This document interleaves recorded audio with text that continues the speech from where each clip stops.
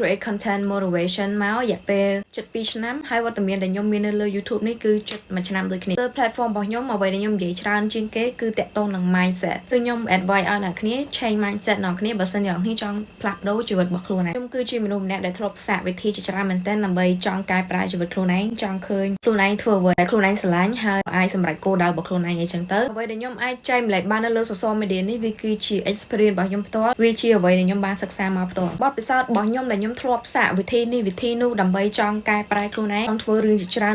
នៅក្នុងជីវិតមួយហ្នឹងខ្ញុំអាចនិយាយប្រាប់អ្នកគ្នាថាវិធីតែមួយដែលធ្វើឲ្យអ្នកគ្នាពិតជាអាចផ្លាស់ប្ដូរជីវិតរបស់អ្នកគ្នាមែនគឺតាមរយៈការផ្លាស់ប្ដូរការគិតរបស់គ្នាផ្លាស់ប្ដូរ mindset របស់គ្នាផ្លាស់ប្ដូរ perspective ទៅលើជីវិតរបស់អ្នកគ្នាជាអ្នកគ្នារស់នៅក្នុងជីវិតមួយដែលតែងតែមានបញ្ហាតែងតែមាន struggle មិនថាជាមួយ financial មិនថាជាមួយនឹងការមាន confidence ទៅលើខ្លួនឯងមិនថាជាមួយនឹងការជឿជាក់ទៅលើខ្លួនឯងអ្នកគ្នាពិបាកកែប្រែខ្លួនឯងខ្លាំងមែនតើអ្នកគ្នាធ្វើគ្រប់វិធីតែមិនថាអ្វីអ្នកគ្នាបានធ្វើគឺអ្នកគ្នានៅតែមិនអាចដើរចេញអ្នកគ្នានៅតែមិនអាចកែប្រែខ្លួនឯងបានវីដេអូខ្ញុំមួយណាក៏ដោយគឺខ្ញុំតែងតែនិយាយពីការផ្លាស់ប្ដូរ mindset ដែលស្អី first of all វាជា experience របស់ខ្ញុំផ្ទាល់ second of all វាជាការពិតខ្ញុំ create វីដេអូនេះមកហើយខ្ញុំចង់បញ្យល់អ្នកគ្នាឲ្យច្បាស់តើការផ្លាស់ប្ដូរ mindset ហ្នឹងហេតុអីបានវាមានផលហេតុអីបានវិធីនេះវា work សម្រាប់ខ្ញុំហើយហេតុអីបានខ្ញុំជឿ 100% ថានៅពេលអ្នកគ្នាយល់ពីអ្វីដែលខ្ញុំបញ្យល់ទៅកាន់អ្នកគ្នាគឺអ្នកគ្នាមានឥទ្ធិពល 100% ផ្លាស់ប្ដូរជីវិតរបស់គ្នាខ្ញុំជឿថាអ្នកគ្នាអាចធ្វើបានដោយសារខ្ញុំបានធ្វើវាបាន Welcome to my YouTube channel ខ្ញុំ grow up មកនៅក្នុងគ្រួសារមួយដែលពួកយើងរស់នៅក្នុង lifestyle មួយដែលអាចថាជា traditional យើងអត់សូវមានការ update ទេនៅក្នុងផ្ទះរបស់យើងតែងតែប្រើវិធីចាស់ណាអ្នកគ្នាមានការ update តែតិចតួចទេហើយបើសិនជា update គឺប្រើពេលយូរមែនតើខ្ញុំលើកឧទាហរណ៍មួយអ្នកតែរបស់ខ្ញុំគឺនៅពេលដែលចំអិនអាហារចឹងប្រើចក្រានអាចក្រានយើងញ៉ាំសាច់អាំងស៊ុបអីអ្នកគ្នាចឹងចក្រានហ្នឹងនៅពេលដែលយើងប្រើរៀងយូរចឹងទៅនៅពេលដែលកាច់ហ្នឹងគឺវាអត់ចេញភ្លើងមកឯងលុះត្រាតែយើងទៅមានភ្លើងអីមួយទៅដាក់នៅចក្រានហ្នឹងហើយកាច់វាចឹងមិនវាចេញភ្លើងមកសូវិធីដែលគ្រូសាខ្ញុំតែងតែធ្វើដើម្បីទៅបញ្ឆេះភ្លើងហ្គាសហ្នឹងគឺយើងតែងតែប្រើដេកេសអាដេកេសយើងធម្មតាហ្នឹងទៅអុជចក្រានហ្នឹងរហូតហើយខ្ញុំនេះគឺខ្ញុំអត់សូវចូលចិត្តវិធីហ្នឹងឯងដោយសារឲ្យតែពេលខ្ញុំយកអាដេកេសហ្នឹងទៅកេសជាមួយចក្រានហ្នឹងគឺវាតែងតែលាក់ដៃខ្ញុំឬក៏អីចឹងហើយខ្ញុំអត់សូវចូលចិត្តហើយខ្ញុំភ័យខ្ញុំខ្លាចអាភ្លើងlike វឹបហ្នឹងខ្លាំងមែនតើនឹងឲ្យតែពេលចំអិនអាហារឬក៏អីចឹងឲ្យតែដល់វគ្គហ្នឹងគឺខ្ញុំតែងតែហៅប៉ាខ្ញុំហៅម៉ាក់ខ្ញុំអីបងខ្ញុំអីមកធ្វើឲ្យខ្ញុំមក you know so ខ្ញុំឃើញគេនៅតាមហាងឬក៏អីចឹងគេមានដេកេសម្យ៉ាងដែលអត់មានដេកេខ្លីហ្នឹងតែដេកេវែងអាដេកេវែងរបៀបខ្ញុំនឹងដាក់រូបភាពនៅហ្នឹងដេកេវែងហ្នឹងហើយចឹងនៅពេលដែលយើងអុជអាចក្រានហ្នឹងទៅគឺវាអត់ធ្វើឲ្យលាក់ដៃទេដោយសារគម្លាតវាវែងអញ្ចឹងណាដល់ពេលទៅក៏ខ្ញុំសួរម៉ាក់ខ្ញុំថាអូម៉ាក់មិនក៏យើងមិនទិញអាដេកេសហ្នឹងមកទៅហើយម៉ាក់ខ្ញុំថាចេះប្រើហ្នឹងទៅដេកេសហ្នឹងវាថ្លៃវាថានេះយើងប្រើបានយើងប្រើហ្នឹងសិនទៅពេលដែលខ្ញុំសួរគាត់នេះនៅរៀងក្មេងដែរអញ្ចឹងទៅដល់ពេលគាត់ប្រាប់ខ្ញុំថាដេកេសហ្នឹងថ្លៃក្នុងខួរក្បាលខ្ញុំគឺខ្ញុំគិតហ្មងថាអូមានន័យថាដេកេសហ្នឹងថ្លៃហើយយើងអត់ទាន់អាចទិញបានទេតោះយើង like មានលុយច្រើនជាងហ្នឹងអីចឹងណាសូអានេះវាជាការគិតរបស់ខ្ញុំដោយសារតែម៉ាក់ខ្ញុំក៏ប្រាប់ខ្ញុំអញ្ចឹងពេលមួយតែខ្ញុំរៀងធំអីខ្ញុំបានចេញទៅក្រៅទៅក៏ខ្ញុំបានឃើញកន្លែងមួយគេលក់ដេកេសអាវែងហ្នឹងណា like សម្រាប់ខ្ញុំដេកេសហ្នឹងដូច luxury ចឹងតែខ្ញុំក៏គិតថាដេកេសហ្នឹងថ្លៃចឹងតោះតែយើងជីវភាពធូរធារចឹងហ្នឹងទើបយើងអាចមានដេកេសហ្នឹងបានអ្វីដែល shock ខ្ញុំហ្នឹងគឺនៅពេលដែលខ្ញុំឃើញតម្លៃដេកេសហ្នឹងអត់ដឹងប្រហែលហ្នឹង3000រៀលហើយខ្ញុំគិតថាហ៎ដេកេសហ្នឹងថ្លៃ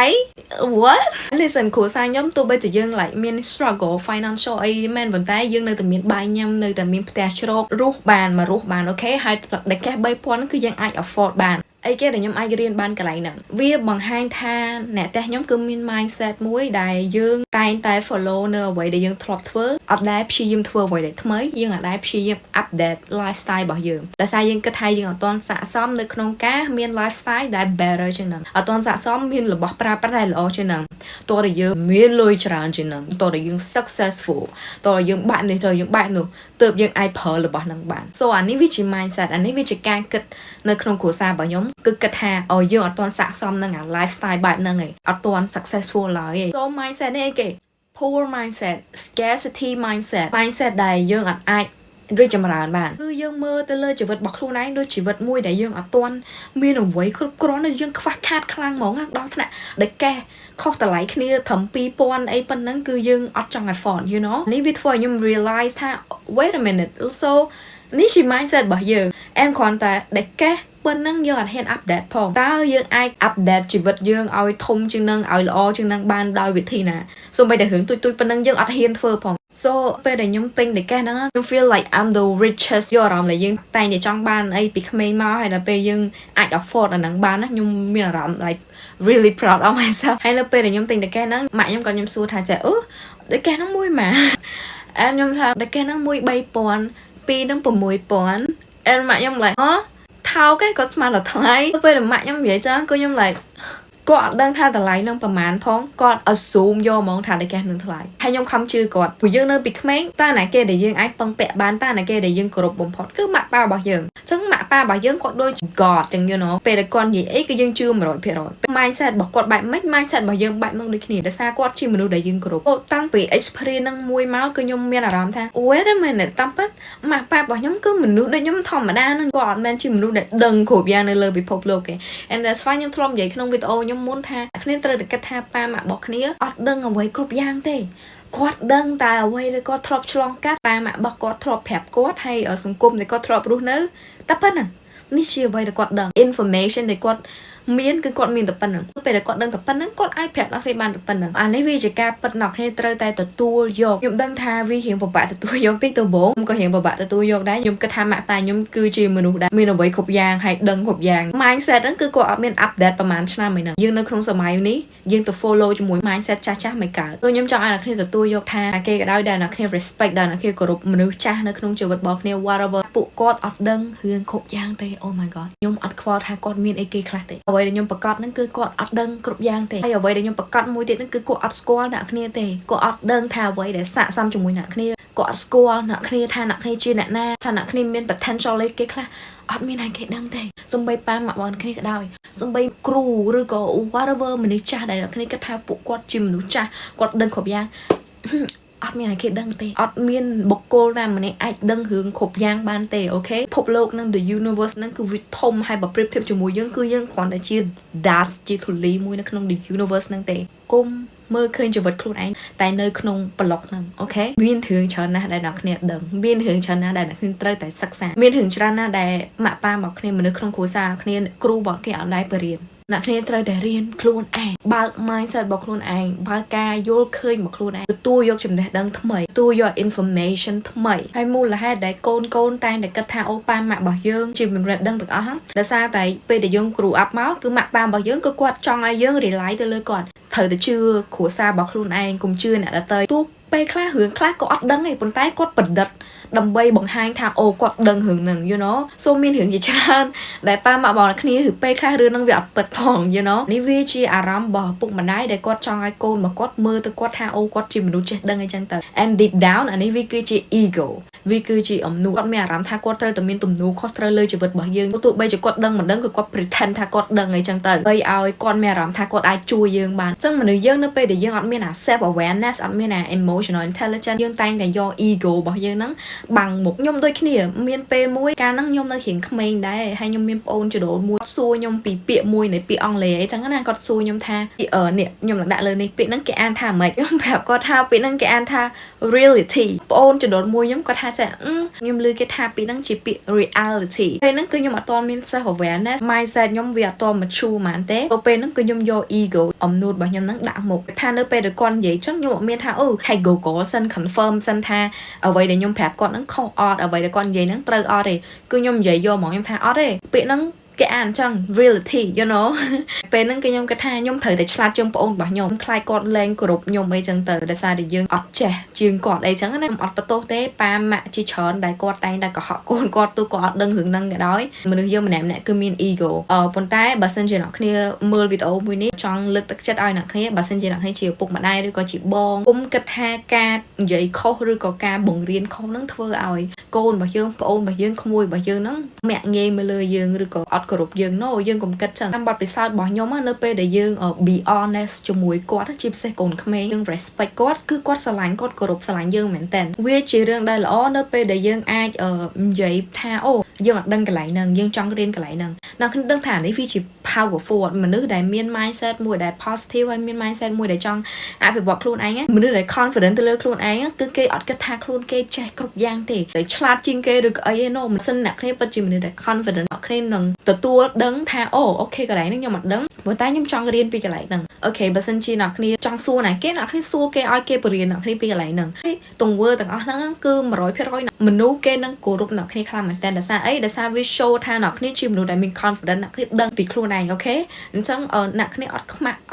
់អត់អៀននៅក្នុងការនិយាយថាខ្ញុំខុសខ្ញុំអត់ដឹងកន្លែងហ្នឹងឯងប៉ុន្តែអ្នកគ្នាបើតួយកចំណេះដឹងថ្មីអញ្ចឹងវាធ្វើឲ្យអារម្មណ៍គេហ្នឹងគឺគេគិតមកលើអ្នកគ្នាថាអ្នកគ្នាជាមនុស្សដែលអភិវឌ្ឍខ្លួនឯង so វាធ្វើឲ្យគេគោរពស្រឡាញ់អ្នកគ្នាវាអត់មែនធ្វើឲ្យគេហ្នឹងលែងគោរពអ្នកគ្នាទេហើយបើគេគោរពស្រឡាញ់អ្នកគ្នាដោយសារអ្នកគ្នាធ្វើឲ្យគេមានអារម្មណ៍ថាគេអាចផ្ដល់អ្វីឲ្យអ្នកគ្នាបានទៅហៅអ្នកគ្នាជាឪពុកម្ដាយប៉ុន្តែអ្នកគ្នាអត់សូវចេះអង់គ្លេសទេមែនអត់នៅពេលដែលកូនអ្នកគ្នាសួរពីអីមួយហើយអ្នកគ្នាអត់ដឹងទេថាពាក្យហ្នឹងនិយាយថាម៉េចអ្នកគ្នាអាចសួរគាត់បានម៉ាក់ហើយនឹងប៉ាដូចជាអត់ដឹងពីពាក្យហ្នឹងសោះកូនអាចបរៀនម៉ាក់ប៉ាបានអត់អូនឯងអាចបរៀនបងបានអត់ឲ្យគាត់ទៅ research ឲ្យគាត់ទៅ research ពីគាត់ខ្លួនឯងទៅហើយដល់ពេលដែលគាត់ដឹងពីហ្នឹងឲ្យគាត់មកប្រាប់យើងហើយខ្ញុំធានា 100% នៅពេលដែលយើងទៅសួរកូនក្មេងអញ្ចឹងហើយនៅពេលដែលគាត់អាចបរៀនយើងអីគេមួយបានណាកូនក្មេងនឹងមានអារម្មណ៍ថាគាត់មោទនភាពចំពោះខ្លួនឯងមែនតើគាត់នឹងមានអារម្មណ៍ថា wow like គាត់ជាមនុស្សដែល amazing you know ធម្មជាតិនៃមនុស្សយើងអ្នកគ្នាការ sharing ការបង្រៀនវាជាធម្មជាតិនៃមនុស្សទេមនុស្សយើងគឺនៅទីនេះយើងមានអ្វីមួយយើងអាចផ្ដល់ឲ្យគេអាចផ្ដល់ឲ្យយើងវាជា energy មួយដែលយើង exchange ឲ្យគ្នាទៅវិញទៅមកហើយនៅពេលដែលយើងបានធ្វើរឿងហ្នឹងនៅពេលដែលយើងអាចជួយអ្នកគេបានមួយគឺយើងមានអារម្មណ៍ថាយើង fulfill ជីវិតរបស់យើងគឺមានន័យ you know សិនជាអ្នកគ្នាចង់ដឹងអ្នកគ្នាអាចតេស្តបានទៅកាន់កូនរបស់អ្នកគ្នាទៅកាន់ក្មួយប្អូនរបស់អ្នកគ្ន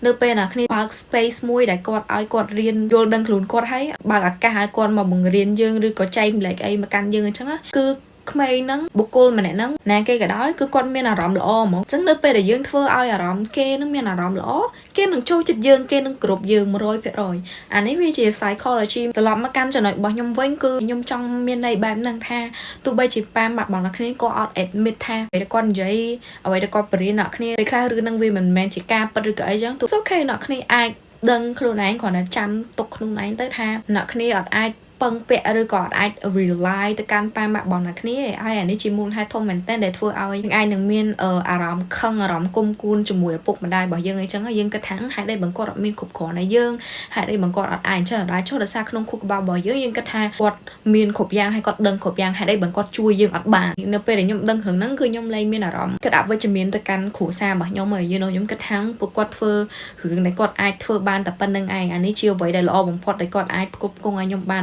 នចិញ្ចឹមខ្ញុំបានដល់ពេលនេះជាអ្វីដែលល្អបំផុតដែលគាត់អាចធ្វើបានសូរឿងអ្វីមួយដែលគាត់អត់ដឹងគាត់អាចបង្រៀនយើងអាចបំពេញឲ្យយើងរៀនខ្លួនឯងយើងបំពេញឲ្យខ្លួនឯងធំហើយអូខេយើងអត់មែនជាកូនក្មេង 3-4 ឆ្នាំទេអញ្ចឹងយើងធំហើយយើងត្រូវតែទទួលខុសត្រូវលើជីវិតរបស់ខ្លួនឯងអញ្ចឹង mindset មួយនេះគឺវាធ្វើឲ្យខ្ញុំមានអារម្មណ៍ថា peaceful មែនតើជាពិសេសទៅកាន់នៅក្នុងគ្រួសាររបស់ខ្ញុំអត់មានអារម្មណ៍របៀប reason for ទៅកាន់ពួកគាត់អញ្ចឹងគឺខ្ញុំយល់ថា it's okay ហើយដែលសំខាន់គឺខ្ញុំបង្រៀនខ្លួនឯងព្យាយាមស្គាល់ខ្លួនឯង mindset ទី2ដែលខ្ញុំបានផ្លាស់ប្ដូរខ្ញុំគិតថានេះវាជា mindset ដែលពិបាកជាងគេនៅក្នុងជីវិតរបស់ខ្ញុំហើយខ្ញុំ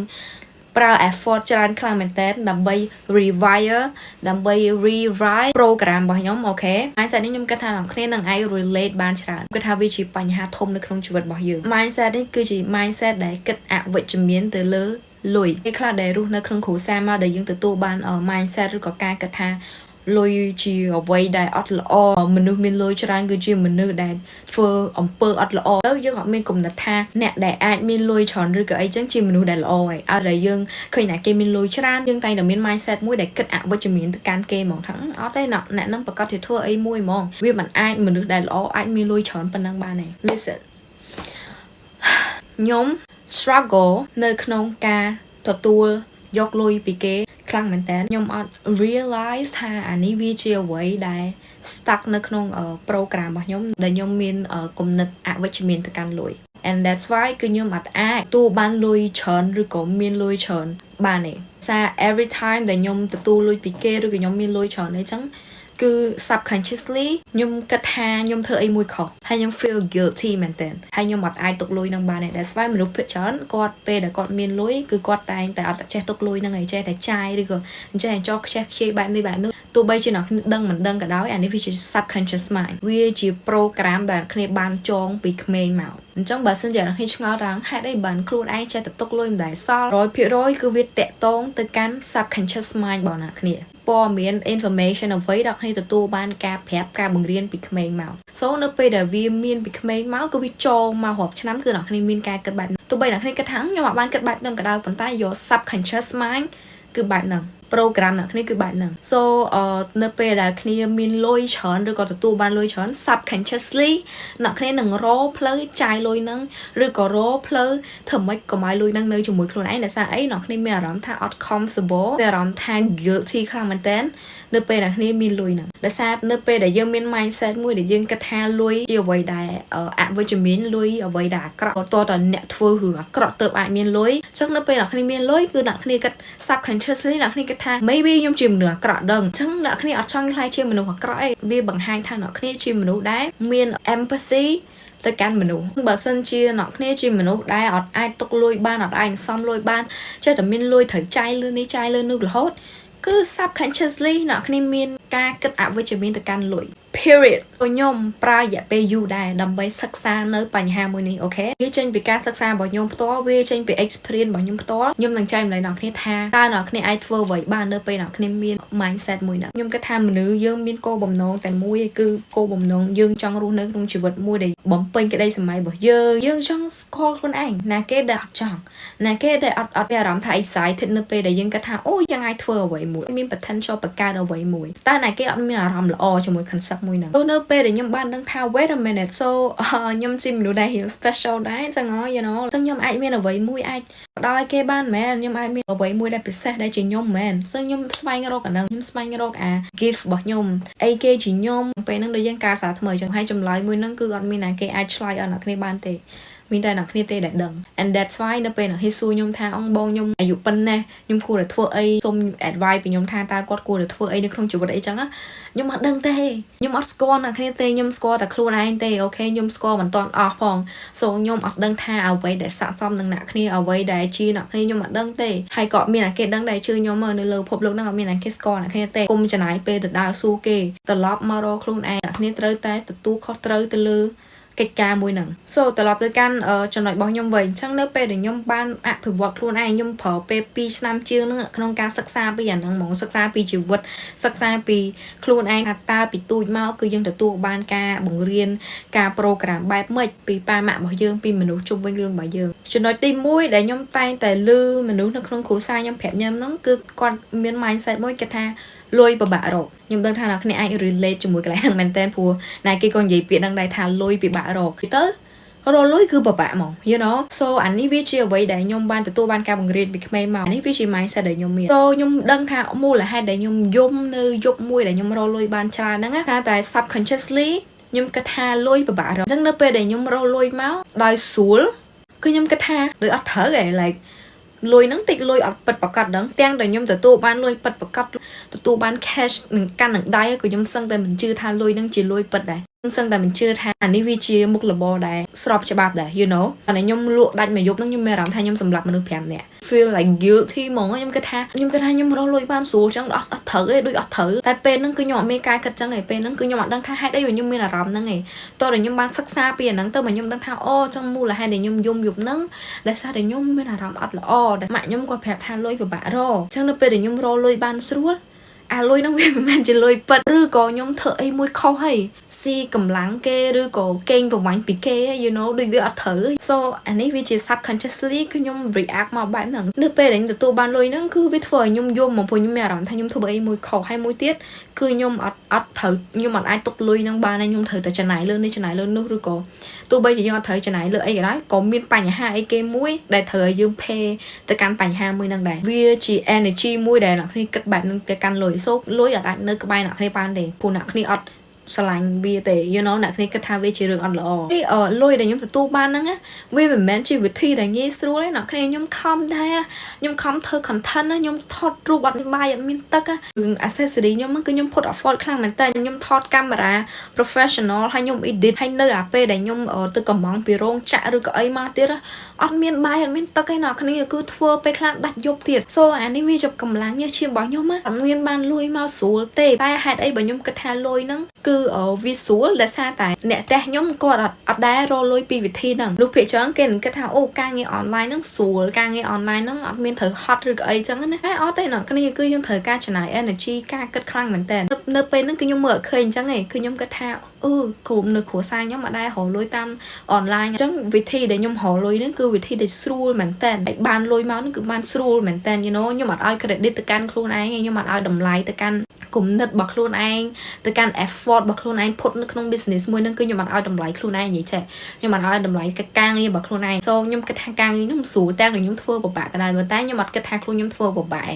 vô nhưng vậy rồi chẳng lôi nó tụi bây chỉ vi tranh pi cầm láng bảo nhom mét một tay nhom nơi tầm mẹ làm thay nhom khâu để nhom từ tu lôi nâng màu còn tay ngày lụa đạch nó cứ để sao vì tổ tiktok nhom tủ and that's why cứ mình tên chở này chẳng từ so đợt bên mình tên chở nhom khơi lôi cho nên chở cứ nhom shock mà you know like nhom mặt đại tu dọc bàn mà anh ấy vì chỉ mindset mùi tại vì sự thật nó không sắp cảnh chất mind bảo nhom nữa nhom từ tu ban ca ở program bị khmei máu tay bên nó nhom mặt đằng là sao ở dương ở ban sắc xa bị kêu này and that's why ở đây nhom ban lôi bị business bỏ nhom cứ nhom feel so guilty nè này cứ nhom cái thằng nhom tự chập chùm rật kê và vánh kê vô lôi kê trong tiếng đài nhom miên là bỏ thức ao kê hay nhom xạ xong lôi bên nè nhom xạ xong lôi đài nhom ban màu nè đã sao ấy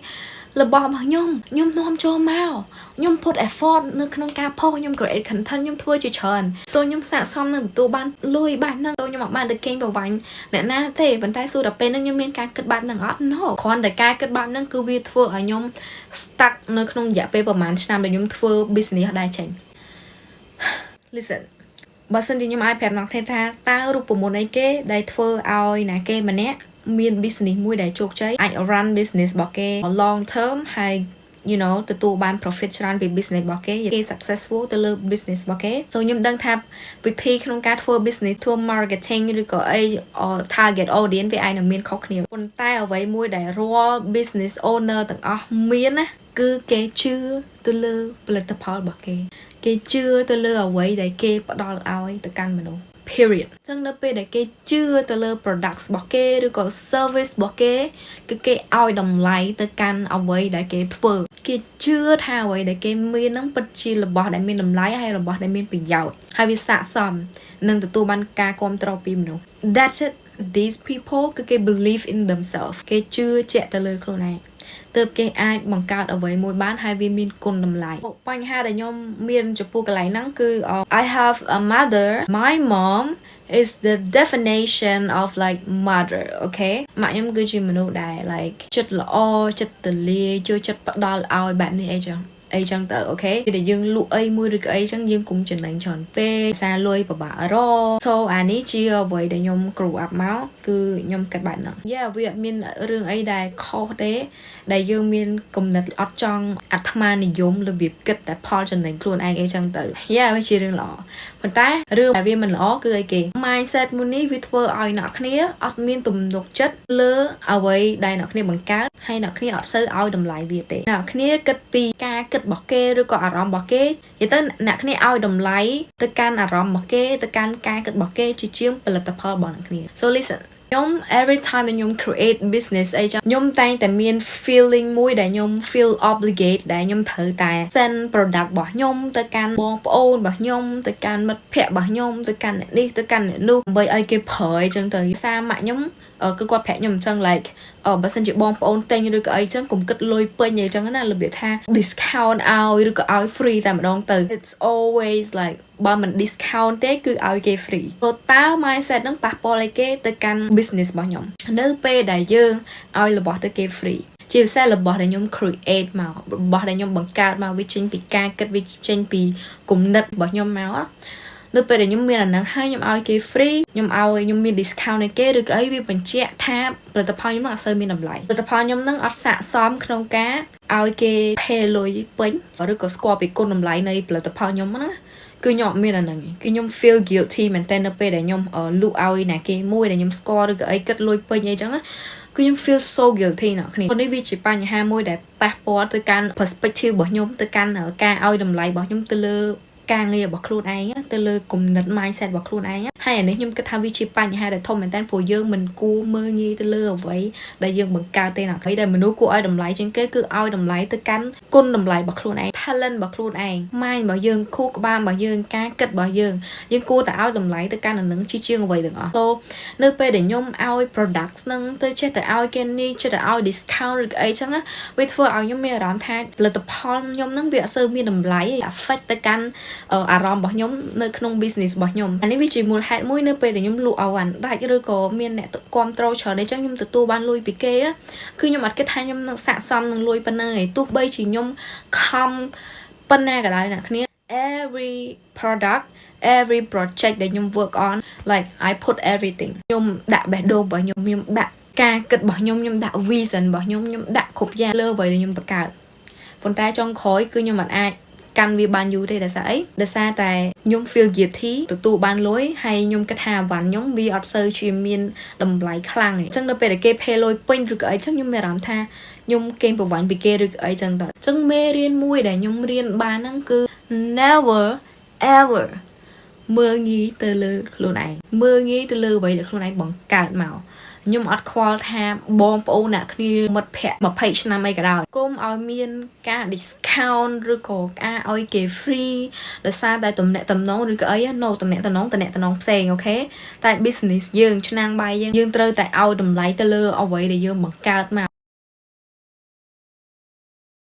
ហើយបើសិនជាអ្នកគ្នាថាអូមែនទេគេធ្វើ business បានដោយសារតែគេបកកែធ្វើទីផ្សារគេចេះ technology ច្រើនឬក៏អីចេះខ្ញុំមិនចេះធ្វើវីដេអូឬក៏អីចេះ I'm telling you អ្វីគ្រប់យ៉ាងទាំងអស់ហ្នឹងគឺវាកើតចេញពីការជឿអូខេបើសិនជាអ្នកគ្នាពិតជាជឿទៅលើ product របស់ខ្លួនឯងអ្នកគ្នាពិតជាស្រឡាញ់ទៅលើអ្វីដែលខ្លួនឯងបង្កើតមែនអ្នកគ្នានឹងរកវិធីគ្រប់បែបយ៉ាងដើម្បី advertise product របស់អ្នកគ្នាដើម្បីធ្វើឲ្យមនុស្សស្គាល់ product អ្នកគ្នាអត់ចាំថាអ្នកគ្នាតើមានទូរស័ព្ទល្អឬក៏តើអ្នកគ្នាទៅរៀនអីណាកាត់វីដេអូចេះ technology ច្រើនចេះ boot ឬក៏ចេះ whatever អ្នកគ្នាអត់ចាំទេអ្នកគ្នាគិតថាតើឥឡូវអ្នកគ្នាអាចធ្វើអីគេបានអ្នកគ្នានឹងចាប់ផ្ដើមធ្វើអីគេមួយដោយសារអីដោយសារការជឿរបស់អ្នកគ្នានឹងវាខ្លាំងដល់ដំណាក់កាលមួយដែលអ្នកគ្នាហ៊ានធ្វើអ្វីដែលថ្មីហ៊ានរៀនអ្វីដែលថ្មីគ្រប់យ៉ាងគឺវាចេញពីការជឿគ្រប់យ៉ាងវាចេញពីការស្រឡាញ់វាចេញពី vision របស់អ្នកគ្នាអូខេបើសិនជាអ្នកគ្នាគិតថាអូខ្ញុំមិនអាចធ្វើអានេះបានខ្ញុំអាចធ្វើនោះបានដោយសារខ្ញុំអត់ចេះដូចគេឬអីចឹងក្នុងប្រាប់អ្នកគ្នាតាមត្រង់គឺអ្នកគ្នាអត់ឲ្យតម្លៃខ្លួនឯងគ្រប់គ្រាន់អ្នកគ្នាអត់ជឿទៅលើអ្វីអ្នកគ្នាធ្វើគ្រប់គ្រាន់បើសិនអ្នកគ្នាមានគម្រោងចង់ធ្វើវីដេអូ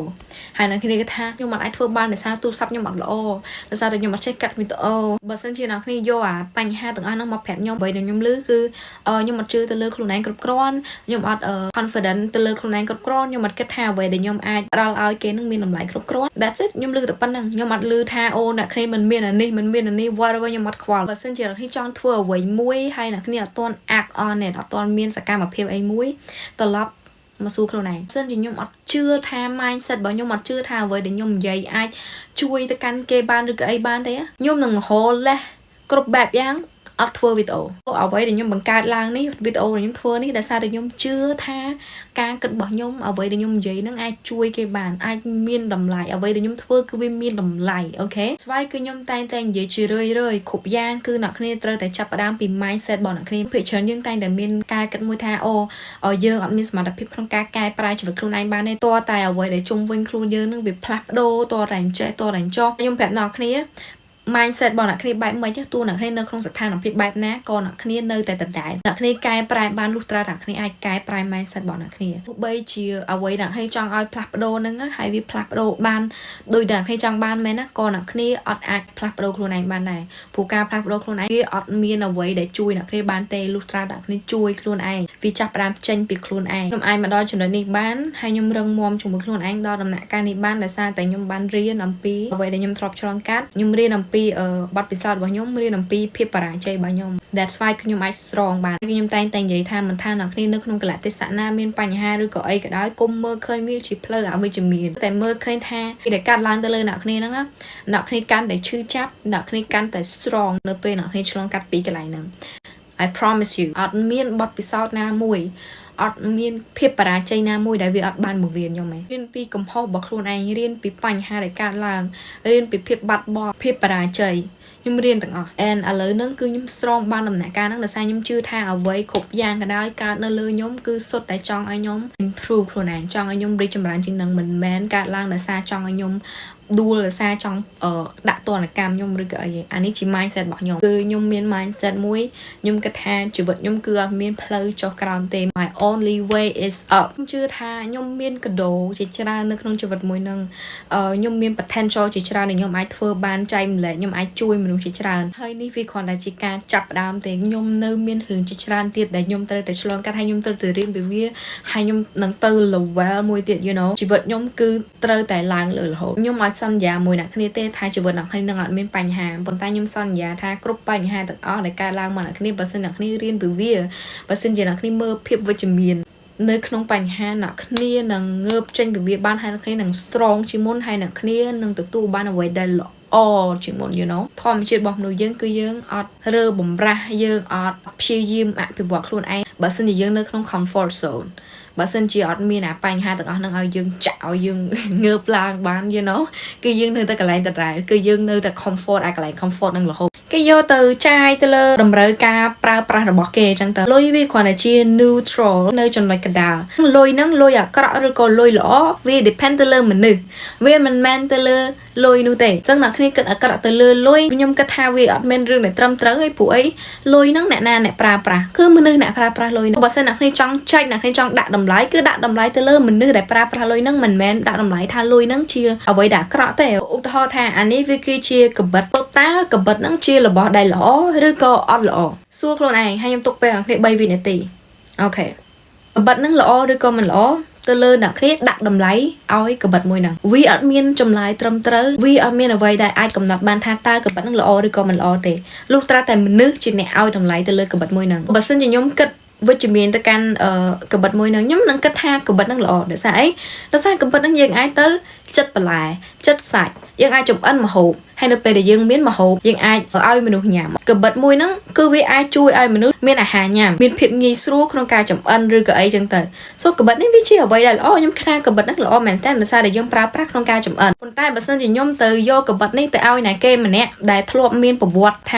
ាអ្នកគេយកកបិតហ្នឹងមកចាក់គាត់ឬក៏អីចឹងទៅពេលដែលគាត់ឃើញកបិតហ្នឹងគាត់នឹងខ្លាចហ្មងគាត់ថាអូ no កុំយកកបិតហ្នឹងមកដាក់នៅចិត្តគាត់កបិតហ្នឹងវាអត់ល្អឬក៏ប៉ាម៉ាក់គាត់ប្រាប់ថានៅឲ្យឆ្ងាយពីកបិតមួយហ្នឹងគឺកបិតហ្នឹងអត់ល្អហ្មង you know សួរថាកបិតហ្នឹងល្អឬក៏មិនល្អព្រោះបើសិនអ្នកគ្នាយកកបិតហ្នឹងទៅចិត្តបន្លែចិត្តសាច់បានជាម្ហូបអាហារឲ្យមនុស្សដែលអ្នកគ្នាស្រឡាញ់ញ៉ាំកបិតហ្នឹងគឺជួយអ្នកគ្នាអ្នកគ្នាអាចយកផលប្រយោជន៍ពីកបិតហ្នឹងមួយបានដោយសារអីអ្នកគ្នាគិតល្អទៅកាន់កបិតមួយហ្នឹងពេលអ្នកគ្នាគិតទៅលើកបិតហ្នឹងថាជារបស់ដែលល្អអ្នកគ្នានឹងទទួលបានផលប្រយោជន៍ពីវាបើសិនជាមនុស្សម្នាក់ដែលគាត់មានគំនិតអត់ល្អគាត់របៀបថា psychopath អីចឹងគាត់មានគំនិតចង់ធ្វើបាបអ្នកគេមួយអញ្ចឹងទៅសូគាត់កាន់កបិតហ្នឹងពុបគាត់យកទៅចាក់គេពុបសូដល់ពេលទៅមនុស្សគេមានរបួសអីចឹងទៅកបិតហ្នឹងគឺអាក្រក់ភ្លាមដោយសារវាត្រូវបានប្រើប្រាស់ដោយមនុស្សដែលមានគំនិតអត់ល្អអូខេគោលបំណងរបស់គេគំនិតរបស់គេក្នុងការប្រើកបិតហ្នឹងគឺយកទៅចាក់មនុស្សដែលធ្វើឲ្យគេឈឺដែលស្វែងកបិតនេះគឺជាកបិតអត់ល្អសូនៅពេលអ្នកគ្នាខឹងតើអ្នកគ្នាខឹងកបិតឬក៏ខឹងដែលប្រើប្រាស់កបិតមួយហ្នឹង and វាដូចគ្នាទៅកាន់លុយ you knowលុយវាអត់មែនជាល្អឬក៏ខ្វះទេវា depend ទៅលើអ្នកប្រើប្រាស់លុយមួយហ្នឹងអូយេវាប្រកាសជាមានអ្នកប្រើប្រាស់លុយហ្នឹងក្នុងផ្លូវដែលអត់ល្អប៉ុន្តែវាក៏មានអ្នកដែលប្រើប្រាស់លុយហ្នឹងក្នុងផ្លូវដែលល្អដែរប៉ុន្តែអ្វីអ្នកគ្នា focus ហ្នឹងគឺអ្នកគ្នាអត់ focus ទៅលើភាពល្អដោយសារអ្នកគ្នាធ្លាប់តែជឿថាលុយវាជាអ្វីដែលអត់ល្អទោះបីជាអ្នកគ្នាឃើញភាពវិជ្ជមាននៃលុយក៏ដោយក៏អ្នកគ្នាអត់ចង់ជឿថាហ្នឹងវាជាការល្អដែរឧទាហរណ៍អ្នកគ្នាឃើញតែគេម្នាក់មានលុយអីចឹងទៅទោះបីជាគេប្រាប់អ្នកគ្នាថាអូគាត់បានមុខរបរគាត់រីកចម្រើនដោយសារតែគាត់រកស៊ីស្របច្បាប់ business គាត់សេវាកម្មគាត់អាចផ្ដល់ជូនអតិថិជនបានច្រើនអ្នកស្វ័យគាត់ទទួលបានលុយបានច្រើនអ្នកគ្នានឹងអត់ជឿហ្មងអ្នកគ្នានឹងគិតថាមែនទេសង្ស័យតែធ្វើអីហ្មងសង្ស័យតែក្រោយខ្នងទាំងធ្វើអីហ្មង so អានេះវាជាការគិតរបស់អ្នកគ្នាទេអូខេវាជា mindset របស់អ្នកគ្នាទេអ្នកគ្នាអាចទៅចាត់ឬក៏វាតម្លៃគេបានទេដោយសារអ្នកគ្នាមិនមែនជាគេគ្នាអត់នៅជាមួយគេទេក្នុងបទពិសោធន៍របស់ខ្ញុំមិនថាអានសភៅក៏ដោយមិនថារាប់អានមនុស្សខាងក្រៅក៏ដោយនោះជួបនៅនេះជួបនៅនេះខ្ញុំស្គាល់មនុស្សដែលធ្វើ business ច្រើនស្គាល់អ្នកដែល successful ច្រើនអូខេ I'm telling you មានមនុស្សជាច្រើនអ្នកណាស់ដែលគេមានបានដោយសារគេធ្វើអ្វីដែលស្របច្បាប់ដោយសារតែគេមានអ្វីគុណតម្លៃអ្វីដែលគេបង្កើតមកសេវាកម្មរបស់គេផ្ដល់ទៅកាន់មនុស្សអ្នកគ្នាចង់ជឿឬក៏មិនជឿអានឹងវាសម្រេចទៅលើអ្នកគ្នាទេគេអត់ខ្វល់អ្នកគ្នាជឿមិនជឿទៅលើគេទេដោយ xa cái đơn thạc luôn cái chừng một bài nào so anh ấy vì cho bọt phải sao bảo nhóm khi nhóm khơi mình được lo chỉ tràn mến tên mình thầm tập phân đó bị chọn sống cùng với dân cái tháo mình được pro sẽ tả cọ mình được pro sẽ tả mình được đại có bọt được ấy chắc là nhóm score mình được chỉ tràn đã quạt bắt trường mình được pro đại lo mình slideแบบปนโกนquạt smart ជាមួយแบบปนโกนណាគឺខ្ញុំឃើញច្រើន and that's why គឺខ្ញុំលែងមាន mindset ដែរ mindset គេថាមនុស្សប្រុសណាក៏អត់ល្អមនុស្សប្រុសណាដែលអត់ស្មោះអីចឹងនៅលើលោកនឹងស្អីក៏មានដែរមានទាំងល្អមានទាំងអាក្រក់សំខាន់លើអ្នកគ្នា focus ទៅលើអ្វីមួយដែលវា work ទៅកាន់អ្នកគ្នាតើវាមានផលប្រយោជន៍ឲ្យកាន់អ្នកគ្នាអត់តើវាជួយឲ្យអ្នកគ្នាជីវិតអ្នកគ្នារីកចម្រើនអត់តែប៉ុណ្ណឹងខ្ញុំដូចលៀងខួរខ្លួនឯងហ្មងប្រាប់ខ្លួនឯងថាខ្ញុំសាកសមនឹងទទួលបានលុយពីមនុស្សដែលសាអីដែលសាគុណតម្លៃរបស់ខ្ញុំមានឲ្យគេខ្ញុំសាកសមវាជាលុយដែលល្អវាជាលុយដែលសុបាយការងារមួយទៀតរបស់ខ្ញុំដែលនៅក្នុង social media ជា content creator ពេលដែលខ្ញុំ put out នៅក្នុង social media គឺវាពិតជាមានតម្លៃហើយគុណតម្លៃរបស់ខ្ញុំសូណាគេដែលចង់ធ្វើការមួយខ្ញុំចង់ឲ្យខ្ញុំ promote ឬក៏ sponsor ខ្ញុំឬក៏អីចឹងខ្ញុំសាកសមនឹងទទួលបានលុយរបស់គេ you know ដោយសារតែខ្ញុំ create platform នេះដោយប្រើពួកកបាលរបស់ខ្ញុំប្រើ energy របស់ខ្ញុំប្រើចំណេះដឹងរបស់ខ្ញុំខ្ញុំសាកសមនឹងទទួលបានបែបហ្នឹងព្រោះលុយវាអត់មែនជាអ្វីដែលអាក្រក់ទេលុយវាគ្រាន់តែជាអ្វីដែលគេ exchange ទេ mindset មួយនេះគឺវា literally change my life ហើយឥឡូវ mindset របស់ខ្ញុំ perspective របស់ខ្ញុំទៅលើលុយទៅលើគុណតម្លៃរបស់ខ្លួនឯងលើអ្វីក៏ដោយដែលខ្ញុំធ្វើគឺប្រសើរឡើងបានច្រើនខ្លាំងមែនទែនហើយខ្ញុំលែងមានអារម្មណ៍ guilty ឬក៏គិតថាខ្លួនឯងអត់ស័ក្តិសមទៀតហើយអញ្ចឹងសម្រាប់អ្នកគ្នាណាដែលមាន mindset ហ្នឹងដែលធ្លាប់គិតថាខ្លួនឯងអត់ស័ក្តិសមអីចឹងមិនថាអ្នកគ្នាជា influencer content creator ឬក៏ចង់មាន business អីមួយចឹងហើយមានអារម្មណ៍ថា guilty អញ្ចឹងខ្ញុំចង់ប្រាប់អ្នកគ្នាថាពេលវេលារបស់អ្នកគ្នា energy របស់អ្នកគ្នាការគិតរបស់អ្នកគ្នា effort របស់អ្នកគ្នាការស្រឡាញ់របស់អ្នកគ្នាវាមានតម្លៃអូខេអ្នកគ្នាស័ក្តិសមនឹងទទួលបានលុយដែលគេផ្ដល់ឲ្យអ្នកគ្នាខ្ញុំដឹងថាវាអត់ស្រួលទេព្រោះខ្ញុំត្រូវការពេលច្រើនខ្លាំងមែនទែនត្រូវការឆ្លងកាត់ច្រើនខ្លាំងមែនទែនគ្រាន់តែរឿងយំនឹងខ្ញុំអត់ដឹងថាយំប្រហែល100ដងទេតមតែខ្ញុំមានអារម្មណ៍បែបនេះវាអត់មែនជារឿងដែលងាយស្រួលទេប៉ុន្តែអ្នកគ្នាអាចធ្វើវាបានសិនជាខ្ញុំអាចធ្វើបាន 100% អ្នកគ្នាអាចធ្វើបានព្រោះបើសិនជាអ្នកនេះឃើញខ្ញុំកាលពីប្រហែលឆ្នាំមុនខ្ញុំអត់ខុសពីអ្នកគ្នាបានទេ I promise you that you can do it រៀនបើកការគិតរបស់ខ្លួនឯងរៀនទទួលយកចំណេះដឹងថ្មីរៀនអានសភៅបើសិនជាអ្នកគ្នាចង់ស្វែងយល់ច្រើនដឹងឲ្យកាន់តែច្រើនដឹងលក្ខណៈ worldwide អញ្ចឹងខ្ញុំ recommend ឲ្យអ្នកគ្នារៀនភាសាអង់គ្លេសករណីដែលអ្នកគ្នាអត់ចេះអង់គ្លេសអញ្ចឹងរៀនអ្នកគ្នាមនុស្សយើងចេះអីមួយគឺយើងត្រូវការរៀនអត់មានអ្វីមួយដែលយើងកើតមកយើងចេះអានឹងអូតូបន្តិចទេអ្វីគ្រប់យ៉ាងគឺវាត្រូវការរៀនវាត្រូវការធ្វើម្ដងហើយម្ដងទៀតម្ដងហើយម្ដងទៀតរហូតដល់យើងអាចស្ទាត់ទៅលើអានឹងបានជីវិតអ្នកគ្នាមិនមែនអត់ប្រយោជន៍ទេអ្នកគ្នាមិនមែនជាមនុស្សដែលមានតម្លៃទេគ្រាន់តែអ្នកគ្នាអត់ទាន់ដឹងច្រើនតែប៉ុណ្ណឹងអ្នកគ្នាអត់ទាន់ដឹងអត់ទាន់ស្គាល់ពិភពលោកនឹងច្រើនអ្វីអ្នកគ្នាធ្វើបានគឺបើកចិត្តបើកការគិតរបស់យើងទទួលយក information ទទួលយកចំណេះដឹងថ្មីព្យាយាមគិតវិជ្ជមានអូខេទៅលើជីវិតរបស់ខ្លួនឯង grateful ទៅលើអ្វីអ្នកគ្នាមានឥឡូវហ្នឹង because grateful is the most powerful thing ដល់រ៉ាប់ណាអ្នកគ្នាមាន grateful នៅក្នុងជីវិតគឺអ្នកគ្នាអាចដោះស្រាយបានគ្រប់បញ្ហាអ្វីដែលខ្ញុំមានចង់បញ្ចប់គឺមានតែប៉ុណ្្នឹងទេសង្ឃឹមថាអ្នកគ្នារៀនបានច្រើនពីវីដេអូមួយនេះ and see you guys in the next video bye bye